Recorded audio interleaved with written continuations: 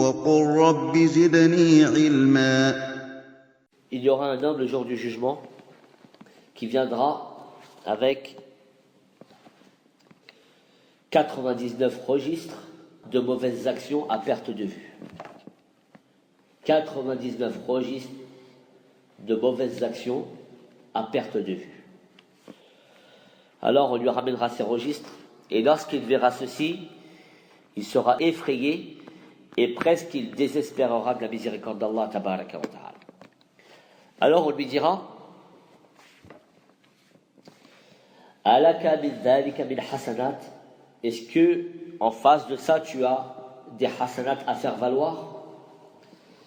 Fayuhabu ar-rajulu fayaqul la ya rabbi, et il dira, fayahabu, c'est le terme qu'a utilisé le prophète sallallahu alayhi wa sallam, il dira presque par honte: non, je n'ai rien à faire valoir comme bonne action.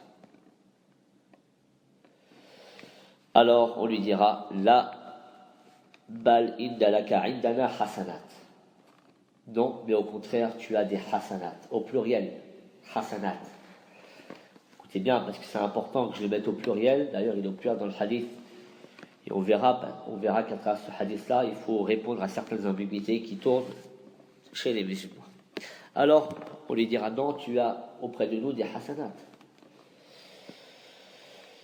Alors on lui ramènera une bitaqa, une espèce de riq'a, une carte ou un morceau de papier dans lequel sera inscrit la ilaha illallah, et on lui dira à ce moment-là: pose cette bitaqa sur le plateau de la balance des bonnes actions avec le peu de hasanat que tu as, et pose tes registres sur l'autre plateau de la balance.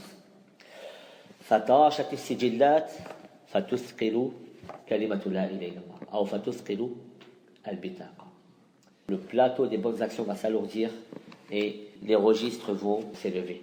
C'est-à-dire, devant Kalimat la ilaha illallah, il n'y a pas de mauvaises actions, ou elles n'ont aucun poids devant Kalimat la ilaha illallah.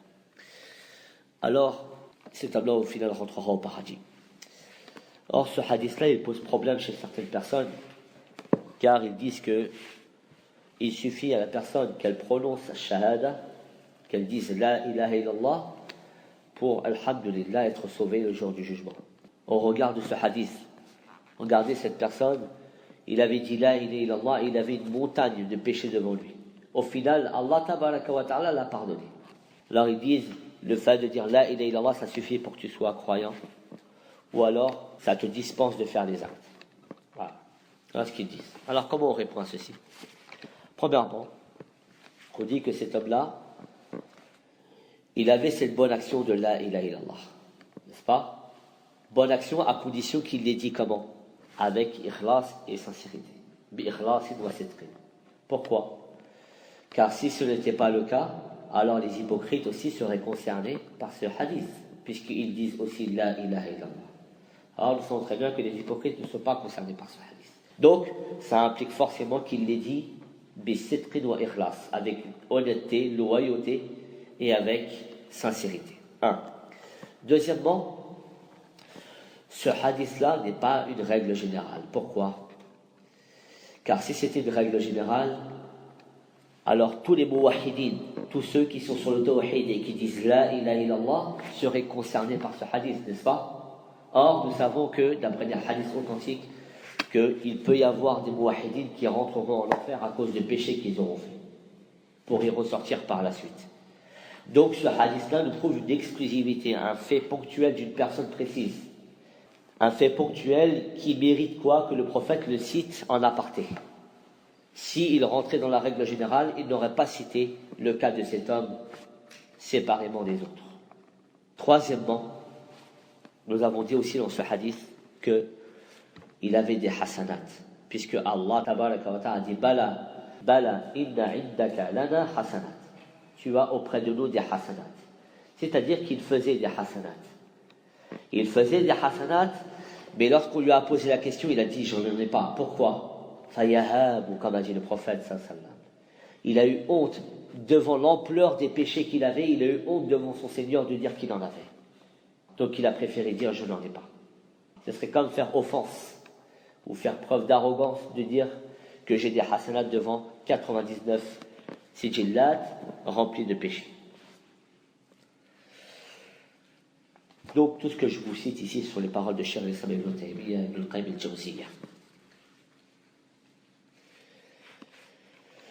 Donc, la seule éventualité qui reste, et c'est la parole de Cheikh al-Islam ibn Taymiyyah, en conclusion de ce hadith, c'est que cette personne-là, en fait, et c'est une éventualité qui est plausible, c'est qu'elle a fait de nombreux péchés.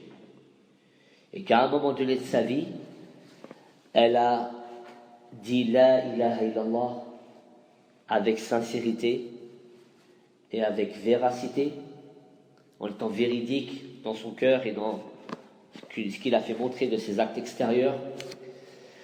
Et en plus de ça, il n'a pas fait tauba, il ne s'est pas repenti de ses anciens péchés. Voilà pourquoi ils ont été présentés dans le livre de ses mauvaises actions. Car s'il avait fait tauba, s'il avait fait un repentir, ses mauvais péchés lui auront été changés en bonnes actions.